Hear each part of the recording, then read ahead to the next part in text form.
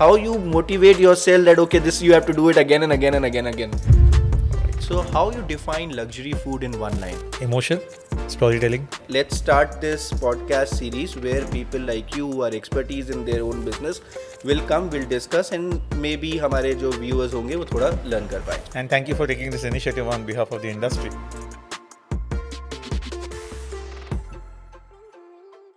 Hi Savio. Hi, Arun. Yeah, thank you so much for making time. My pleasure, and thank you for having me on this podcast of yours. So Savio, this is a very casual talk which we have decided to keep, right?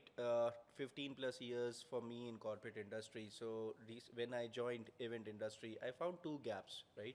First is where people like a newcomer because there is no entry barrier in this industry. So we found out कि कैसे scale करना है, कैसे start करना है, कैसे customers को लाना है, that is one of the challenge. On top of that दूसरे एंड पे भी जहाँ पे आपके कस्टमर्स हैं जो आपके क्लाइंट्स हो सकते हैं, probable clients, they are also facing a big time challenge कि कैसे चीज़ों को सिलेक्ट करना है इन टर्म्स ऑफ फूड में, कैसे सिलेक्ट करना है या डेकोर पे कैसे सिलेक्ट करना है, because market is over crowded. And the sad part is this industry is unrecognised और अननोटिस इंडस्ट्री बिकॉज सब लोग पहले वो 3 घंटे देखता है लेकिन उसके पीछे जो घंटों का जो मेहनत है, घंटों का जो फेलियर होता है वो कोई नहीं देखता. सो इसीलिए फिर मैंने सोचा ठीक है, let's start this podcast series where people like you who are expertise in their own business will come, will discuss, and maybe हमारे जो व्यूअर्स होंगे वो थोड़ा लर्न कर पाए. So thank you so much for making it. And thank you for taking this initiative on behalf of the industry. Yeah, thank you so much. So Savio, what is the first biggest misconception for luxury food? So, a lot of people think that luxury is about a lot of glitz and glamour. It is, people think that the more counters you have, or whatever. I mean, there is no right or wrong, but the biggest misconception I would say is when luxury is defined by only quantitative metrics. Luxury is expensive, okay? So it's not like if it's expensive, it's not luxury. No, that's not what I'm saying. But a lot of people define luxury as, I spend so much. What I'm trying to say is that you could spend a lot of money and still not have a luxurious wedding. And that's very important to understand what luxury really is. Luxury is premium, but luxury also means intent, detailing, and the memories you take back. How you feel, right? How you feel. And it's nothing new to weddings, it's nothing new to events, it's nothing new to food. I'm sure in your life, and most of us would have seen things that leave you with a great taste for months and years after. It could be it could be travel, it could be food, it could be an event, and that's luxury. If there is intent, if there's detailing, it's well thought of, and it leaves you with a great memory. That is luxury. So Savio, Banquet 18, right, which is one of your brand which only deals in the luxury food segment. What exactly you guys do and what exactly you sell? So, in a very simplistic way we sell, or let me put it a different way. We express love through the medium of food, right? That's what I would like to say. Or we express emotions through the medium of food. Love being one of the strongest emotions, right? We craft memories. We craft memories that are uniquely crafted. We are food storytellers. I would like to call ourselves, I mean, in our industry, it's very easy to call people the word caterer, and that's very relatable because 90% of India reflects that. But the segment that we are in, or the people that hire Banquet 18, are not just hiring us because we know to cook a dish, but it is because we know to help them relate to stories, to memories, to emotions, and we uniquely craft them. So since when the storytelling becomes an advantage for a business, and how a storytelling comes into the play when it comes to food? Look, storytelling has always been a part of food. Okay, it's a part of human emotions. I mean, it has nothing to do with the events industry, nothing to do with the food industry, nothing. I mean, it's not a new. It has to do. Sorry, but it's nothing new to these industries. I'll give you an example, right? Even today in India, we talk about, and I'm giving a very colloquial example. We talk about Delhi ke momos, yeah, Agra ke kebabs, Lucknow ke kebabs, right? So, storytelling is emotion. I think when did storytelling become a part of business? I think the natural evolution in storytelling now is gaining importance in all businesses, whether you are in the corporate world, whether you are, because everything has become very easily accessible. No, today you don't have to struggle very hard to find whatever dish you want to find. Its accessibility has become easy. How do you find authenticity in the midst of accessibility? Is storytelling. So in that our industry is no different, right? We've seen this. If you want a timeline, I think this has accelerated over the last 5 6 years because of two things. One is as the digital age progressed and as things got more easily available, things got commoditized. The need to differentiation made storytelling more important. Point one, and point two, I think when the world went through a great shift in 2019, 2020, I think the need for intimacy or personal connections just accelerated storytelling more, right? तो sir आप जब मान लीजिए जब भी आप कोई wedding कर रहे हैं राइट, तो स्टोरी टेलिंग आप उस फूड में कैसे लाते हो? मतलब एक सरल भाषा में अगर मैं एक बहुत एक ऐसा कस्टमर हूँ जिसको नहीं पता है स्टोरी टेलिंग, बट वो सुन रहा है कि आजकल हर चीज़ में स्टोरी टेलिंग है और तभी उसमें एड ऑन वैल्यू होता है. If I want to have a story telling in my wedding through food, तो ऐसा क्या करना चाहिए जिसमें स्टोरी टेलिंग हो? We don't force storytelling, we listen. So the first element of storytelling is listening very, very carefully, right? And the first element of being a good storyteller is listening. How do we build stories? So I'll talk about the process and then I'll talk about the outcomes, right? So the process is we spend time with our customers. And whilst Banquet 18 is a food storyteller, across our brands, one of the ethos of the company is to talk to the customers, we spend a lot of time and that's why we, pride ourselves on it. We listen to their entire journey. Usually in weddings, we listen to the couples where they met, what was their love story, what is the families, and largely even sometimes it gets a little bit interesting and challenging when the couples are from different cultures, right? So each have their own generational stories. So we make the couple and their families, we listen to them, we pick up the small cues, we understand, and I'll give you a few examples through the course of this conversation, but we understand where they met, what they did, what is precious to them, and then we craft the menu. Point number one is we craft our menus very, very carefully, especially when it comes to weddings. So that's why we say we are the bespoke, catering company, food storytelling company. Sometimes I slip into saying catering because it's so common when you talk to a lot of people. But we craft menus very carefully. We also look at food is not, it's one of the rare things that appeals to multiple senses. Visual, right? It's not just how it, everybody says, खाना स्वादिष्ट होना चाहिए, वो तो होना ही चाहिए, but also half your impression of food is how it is presented, right? That's why luxury dining, you pay a lot more. So it's visual, it's taste, it's smell, it's so many things, right? So we work on all of these elements, which then leads to the second thing. We make sure the counters are well designed, or if it's a plated dinner, we go into immersive storytelling. So we do immersive storytelling, and when we talk to our clients, we say we are the food storyteller, which means we take ownership of not just the food but everything that goes with the food decor, right from your plating to your ingredients to your sourcing to what are the ingredients to telling the story, right, is what we do. And of course we also craft fusion dishes. We do a lot of research, we curate, we personalize. So in a way, we are never ashamed and shy to say that because I don't do this, I won't do this for you. In a way, we also curate and we're very collaborative and work with the best in the industry, even outside our organization, to bring that story to life. So I have multiple follow-up questions, whatever Please. you said. So first thing is, as per your vast experience, after a year of any event, whether it's wedding or a birthday or a corporate event or any social event as well, what do you think, what people remember, a food, taste, or the emotions behind that, and why? They remember, taste leads to emotion in a way. I'll give an example, right? Some of my clients, and it's one recent client, right, wanted us to replicate, her grandmother is no more, but wanted us to replicate her grandmother's dish, a very special dish. She had the recipe of the grandmother.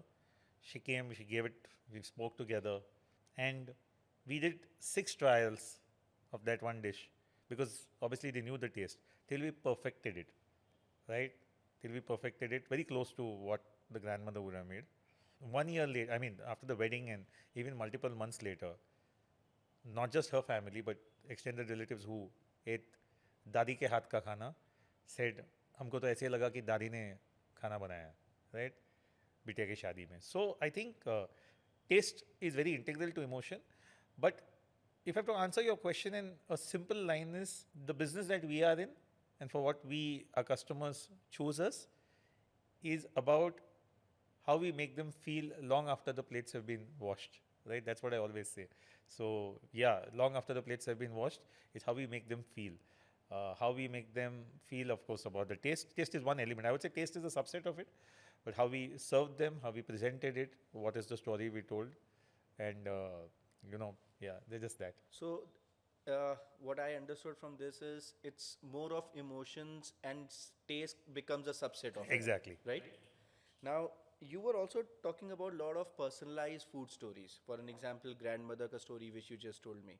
So, is first thing is आजकल जो couples हैं basically क्या वो अपने test या अपनी stories या उनके अपने लाइक्स एंड डिसलाइक्स को फूड में प्रेजेंट करवाते हैं या नहीं करवाते हैं? Yes, absolutely. और अलग अलग इतने सारे लोग होते हैं, सबकी अलग चॉइस होती है, तो आप उसको कैसे इंकलकेट करते हो कि वो फाइनल एग्जीक्यूशन या फाइनल प्रेजेंटेशन में एग्जैक्टली वही आए जो उनका खुद की एक स्टोरी है?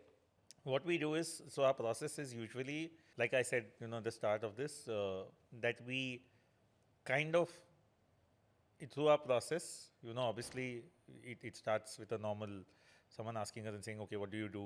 We run them through all that we have done. We kind of spend time calibrating or understanding them on what is it that they're trying to achieve, right? And within 1 or 2 or 3 conversations, we do that.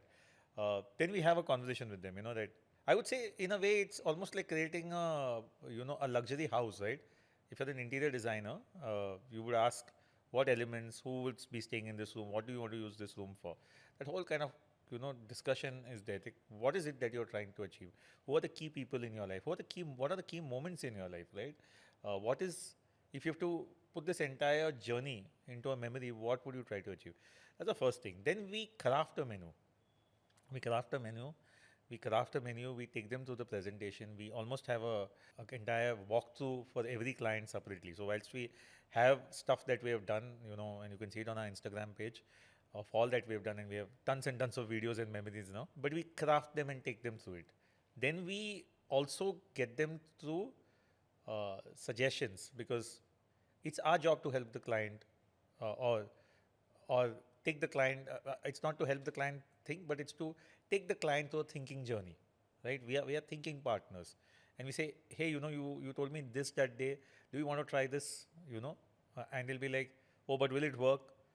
Try it, and then we take the whole client and who was important to them through an extensive tasting, and then we curate what has to be done, and then we sign off. So they have a sort of an idea of the experience before. Great insight. So, as per you, what are the latest trends in food industry, and what is the most overrated food when people say, hey, I want to get a luxury food, but what is the most overrated food things for you? I think food trends, let me start with the first part of the question. The food trends are people are getting more thoughtful. People are getting more detail oriented. I mean, one major segment of the market. Of course, India is a huge market, so there are all, I think it's very difficult to say one trend fits all in India, but there's a lot of appreciation for detail, personalization, attention to detail, and what you bring together. I mean, it's still a mix, but we have seen a trend of a lot of people customizing each function differently. Firstly, it's not a one size fits all. So when you have a 2 or 3 day wedding, first trend that we've seen is that each part and each event is very thoughtfully curated. That's one trend we see. It might be smaller in terms of crowds, but they curate it. So attention to detail is this thing.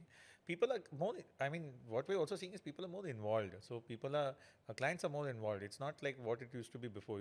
Give me a menu, I'll negotiate the price.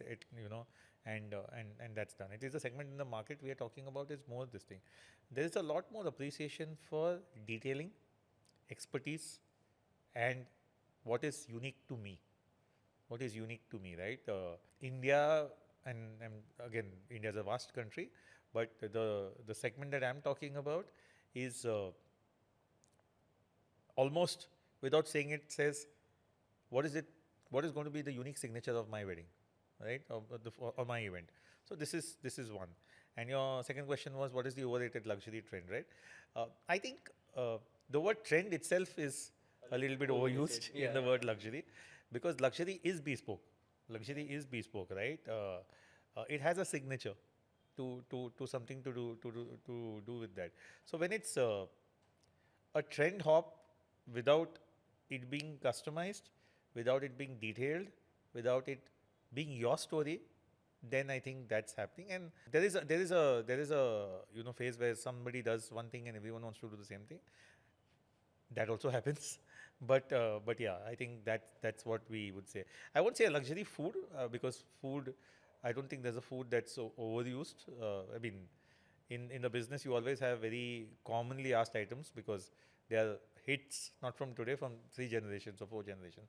So there is I don't think there are trends that are coming in, and I don't think so there are new food trends that are coming in.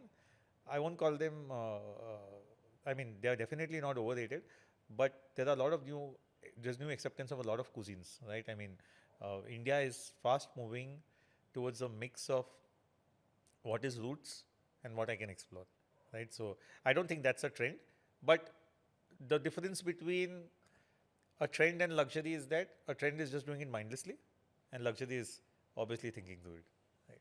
There is a segment in India which is always an aspirational segment, right? Who always want to do much bigger than life as per their uh, standards. So my question to you is, if I have to just define a question, 2,500 versus 5,000 rupees per plate, what as a customer I will have a difference?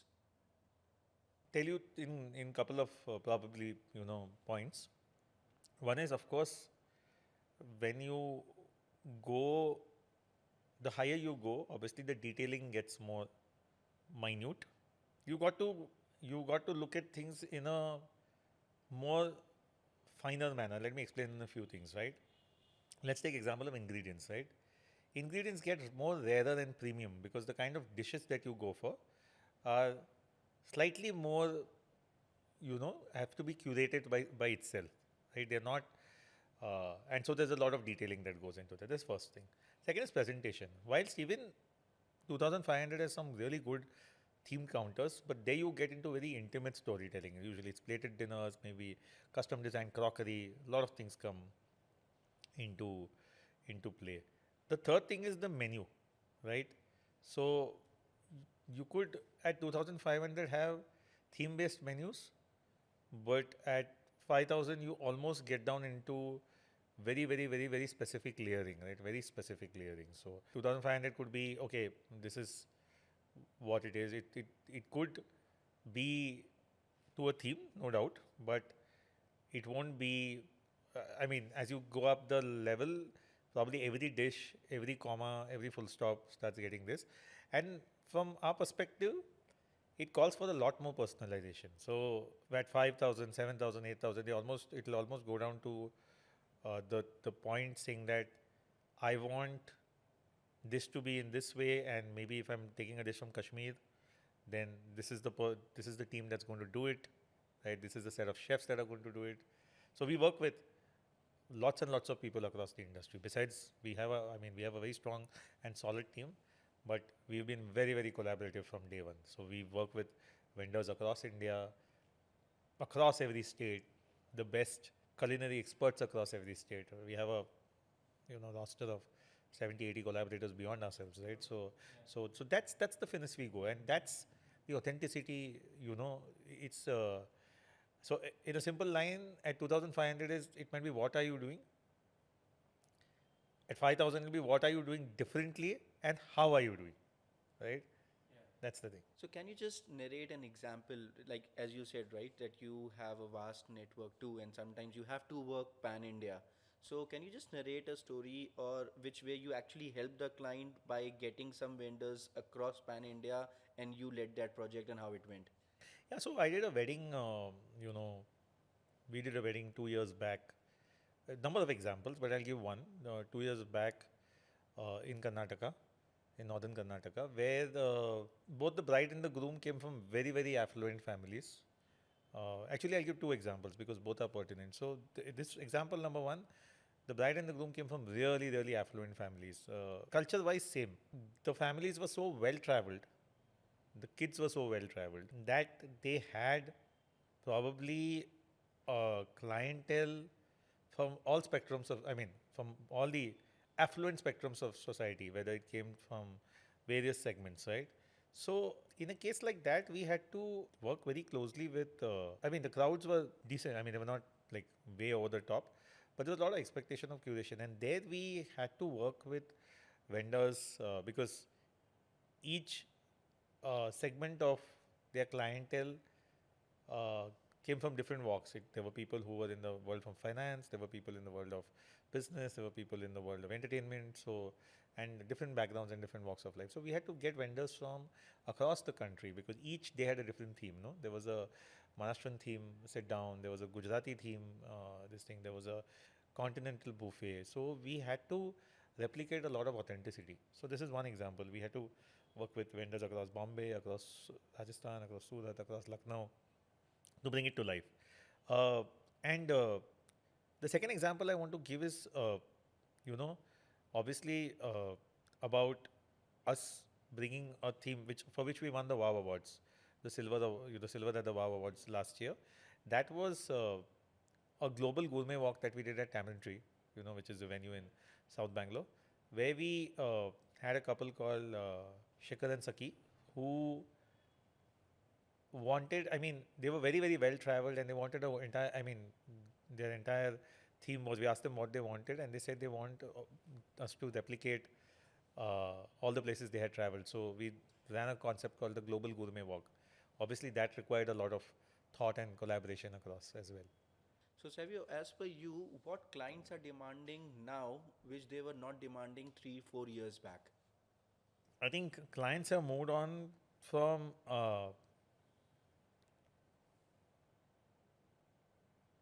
being just menu driven or being just price, I mean, being just driven by saying that, okay, what are the dishes, to saying, tell me more how this dish is made, tell me how it tastes, tell me how will you present, tell me what have you done. So they're more and more detail oriented, first part. We're also seeing a lot of trend about, so personalization is one very, very big trend we're seeing. It's only increasing as the years go by. We're seeing clients get more and more personalized कि आप मेरी story कैसे बताओगे इसमें? So that's we already spoken about it. Clients are also looking for a lot of authenticity. I mean, to say that what are the things or what are an authenticity in terms of not just you telling them as it is, they want to co-learn with you. So they also tell us that, hey, what are some of, so they look at you not as a vendor, they look at you as a partner. At least, in our cases, that's happened. They say that, tell me what are the mistakes I need to avoid. So that very, very, very, very, very well happens. They come and say, so usually in lots of cases, the flow is, they'll decide the venue, they'll decide the planner and then come to the caterer, right? But with a certain segment of clients and with us, it's almost sometimes co-parallel happens, saying that, okay, you've done a wedding in venue X, what is it that we need to watch out for? Point one. Or you do weddings for a living, what can you suggest? What should we watch? And small things, right? We ask them, for example, have you thought about the other elderly people in your family? Aapka barat chalta rahega, but they need something to eat. Have you thought about that? Who has allergies, right? Who are your foreign guests? What is the spice level, right? What do they need to be told? Because you're doing a yele uta, serving them is also, I mean, they should know there's a whole way to eat a plantain leaf meal, right? So they look at you as co-partners. This is point number 2. And point number 3 is they are looking for a lot more, some of, it's not completely the whole segment, but a lot of people are also asking questions. Where do you source from? What's your, who's making the food? People ask always. Yes. I mean, it's an increasing segment because the food awareness in our country is going up. And also, are you ethical, right?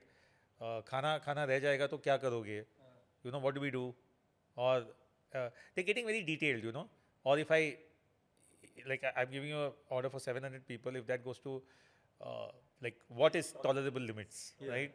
So all these things are happening. I think more involvement. So are the couples getting more educated and asking questions about the wastage of food? Because in our industry, one of the biggest problem is waste of food, whatever the leftover is, and how you are planning, you do to cover that thing. Yeah, they are. I mean, a lot of people are. A lot of people are coming from the point of view that people people are becoming more socially conscious.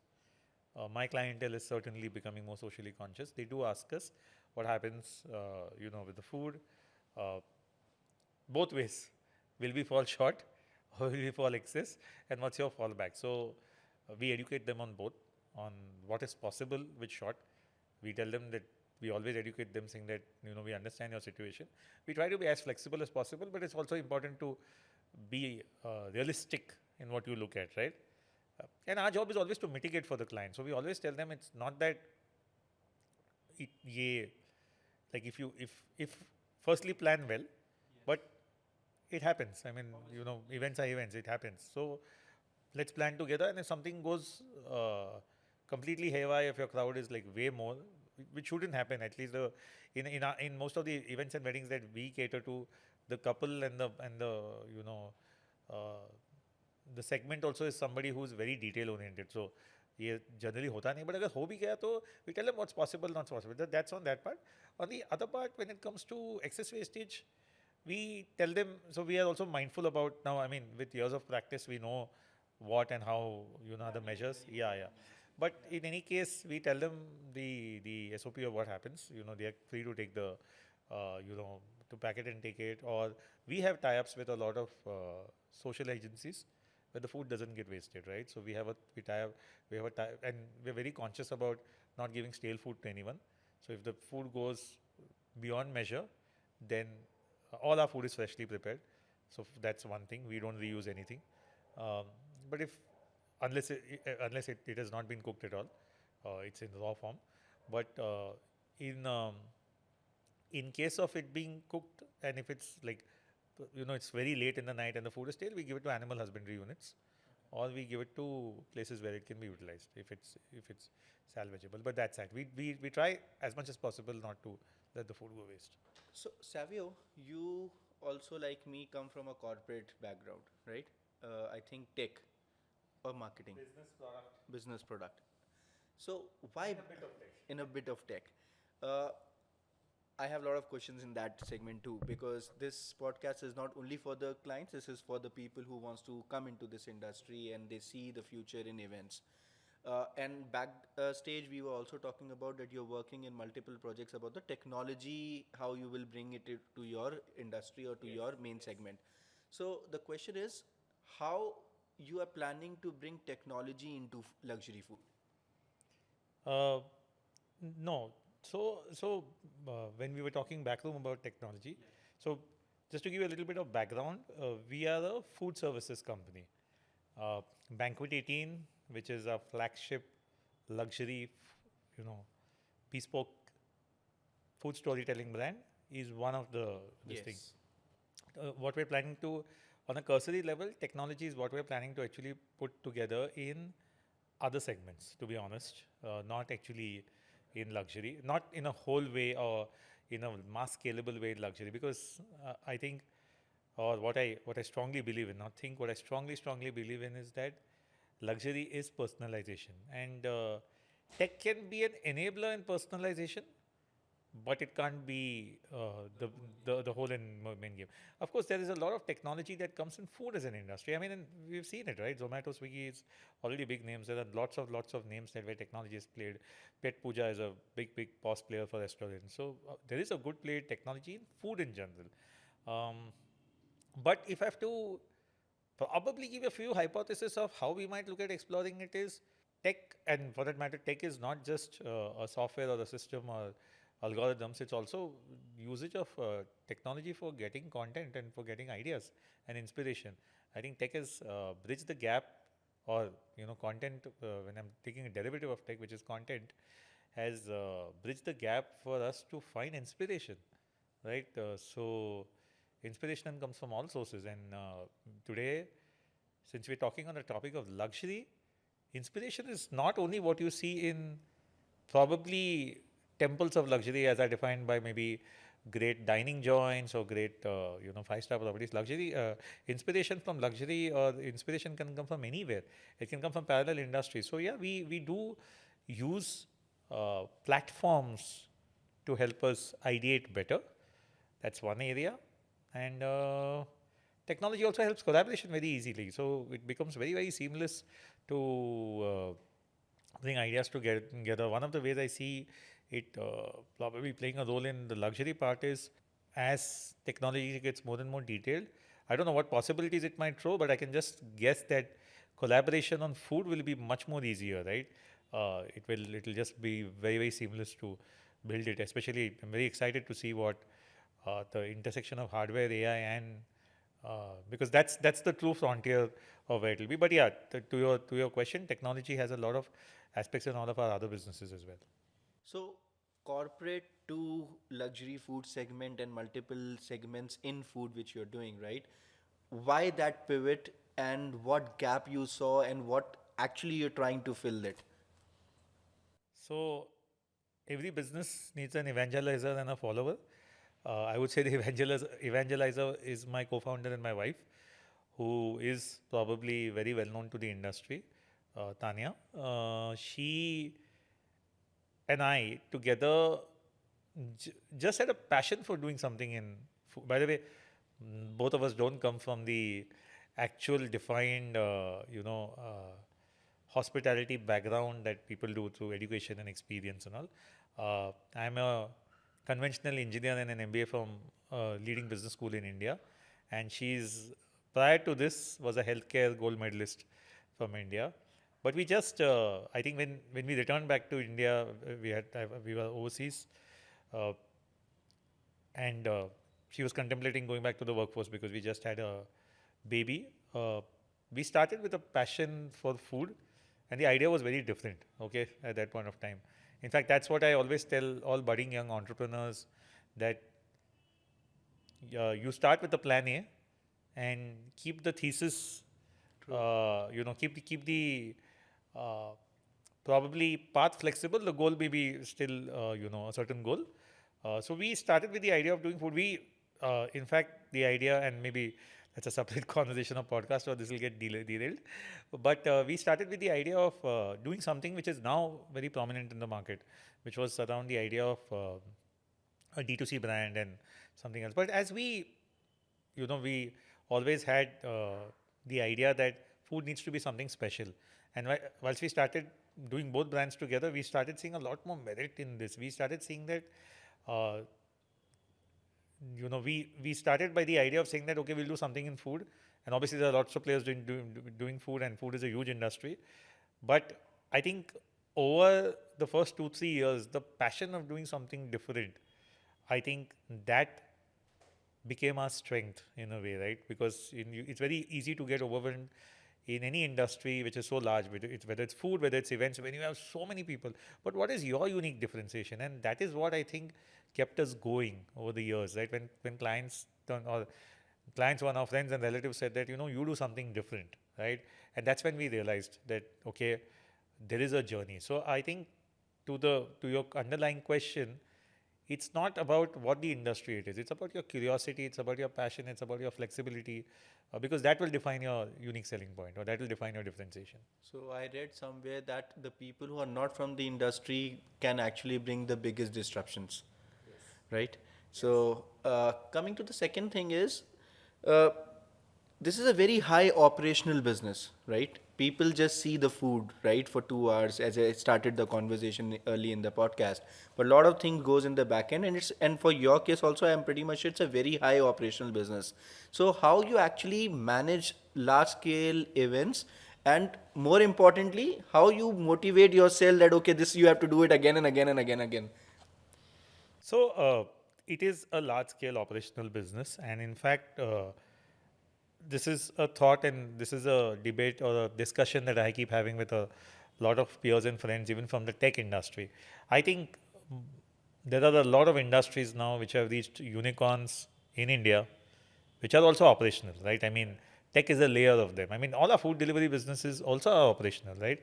Uh, and you got to do it day in and day out and day in and day out. And I remember a very interesting conversation I had with a friend who's uh, a friend and his friend. That friend is the founder of a very large QSR chain in India.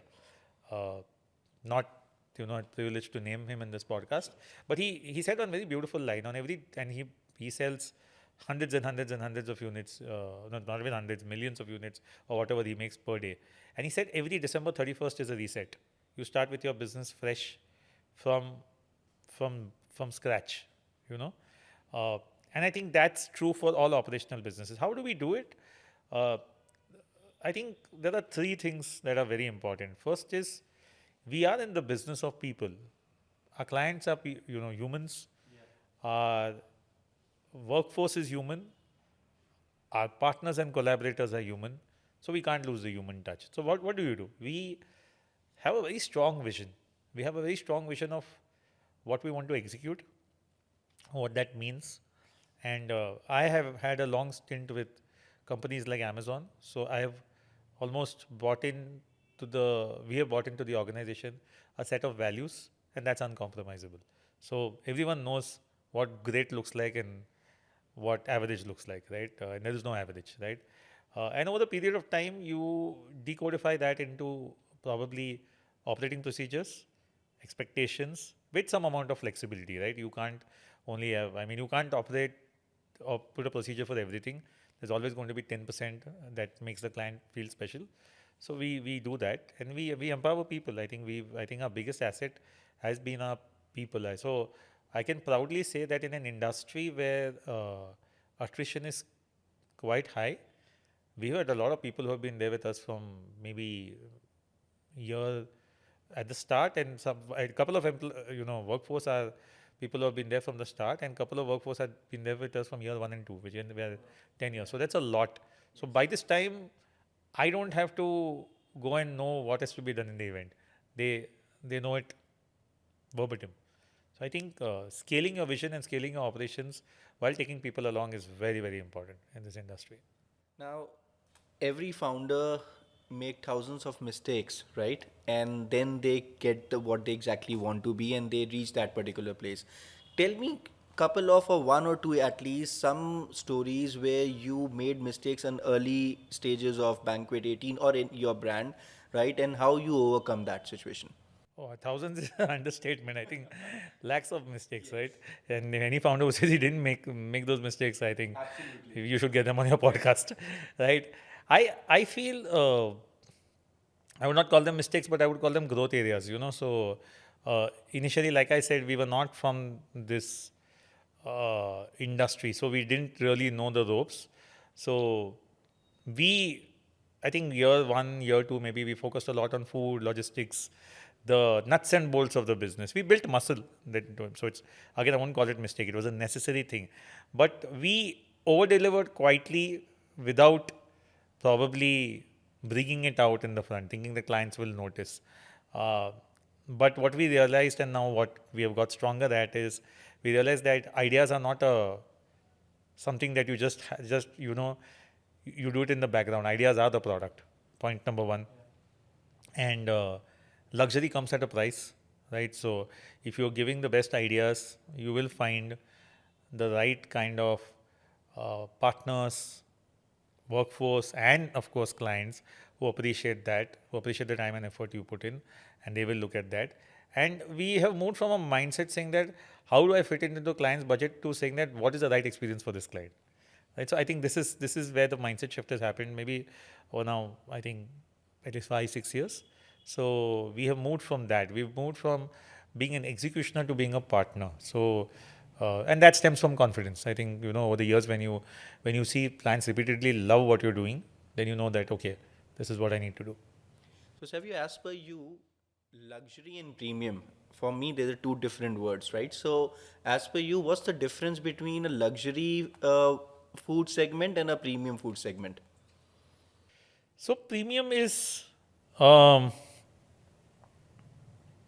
premium. Lot of people define premium as price. Yes. It could be also uh, something you see and you feel at that moment. It could be temporary. It's a premium experience. Uh, I'll give you an example, right? You go to watch a movie at PVR. You go, there's a PVR Gold, right? That's a premium experience. But luxury is what remains with you far, far after you've done the event or you've left, whilst being premium on price, right? I'm not saying that pricing in luxury is any different, but it leaves you with an experience. It leaves you with an emotion. It leaves you with a story. It leaves you with distinctness. Uh, it it's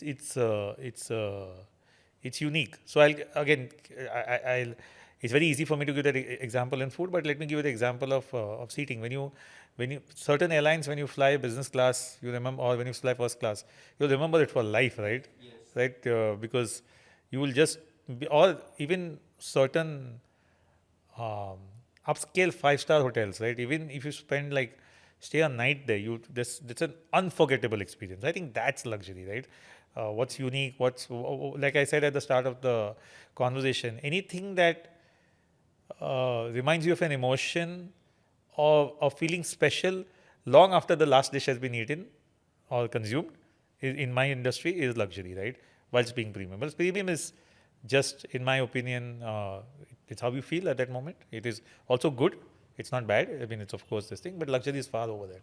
So what you think in 2026? What gonna be the new trends? Will there be new trends, or the personalization storytelling will grow more, or what you see that what's gonna be trending in 2026? So, storytelling and personalization is not going anywhere. I think across industries, we both come from kind of backgrounds that have had technology, content, digital in it. And if you see even in e-commerce, Yes. people are like, "How are you speaking to me?" Right? What's your unique experience? Loyalty programs, and so I think personalization, unique storytelling is not going anywhere. I think um, the other trend that's only going to accelerate is intimate, right? People are, we've seen this drastically over the last 3, 4 years, depending on how the world shapes up. We're seeing people say that I want a more unique experience. I'm okay with calling a smaller crowd, right? We're going to see, I mean, specifically talking about the city which we are having this conversation in Bangalore, we're going to see a lot and lot more, you know, locations coming up, venues coming up, where each one is going to try to offer something distinct, and that's that. And we're going to see a lot of involvement and power move to the customers the other hand. Yeah, and I think one thing that's really going to accelerate is I won't call it as a trend, but I think it's going to be something that's going to stay. People are going to want to combine the best of the global world. So people are getting increasingly globalized but still wanting to get connected to their roots, right? True. We've seen events and weddings where I think we did one recently where we had guests from multiple nationalities, right from the bride's dadi coming from a remote village in UP, right to very esteemed guests coming from the United States and multiple other countries. So yeah, I think diversity, fusion, globalization, localization, lots of things coming up. And what planners and clients basically get wrong about food? I won't say they get wrong. There's increasing awareness, but one thing I think mistakes that not mistakes. I think what is changing is that sometimes people treat food as a checklist item. I think that is where the uniqueness or the experience gets lost. If you look at it as a luxury item, it's make no mistake, it's one of the biggest differentiators of any event, right? I can challenge everyone you included, who's going to listen to this conversation. 10 years back, you would have forgotten everything else about the wedding or the event, but you would have remembered how the food, and especially, I think we Indians and Desis are wired towards it, right? Uh, I think food is a very central part in our life. So I think that's where the error lies. It's not something to be thought as an afterthought of. You can do it. It's not like you can't, but I think that's an opportunity missed rather than a mistake, right? So how you define luxury food in one line? Emotion, storytelling, emotional storytelling, crafted uniquely crafted memories is what luxury storytelling is. All right, Savio. So that brings us to the end of the conversation. Thank you so much for coming to our podcast. Thank you, Arun, for hosting me. It was my pleasure to chat about the industry, and I loved it. Thank Hope you. you liked it. Yes, Yeah. of Thank you course. so much. Thank you. Yeah. Take care. Thanks. Yeah. Thank you.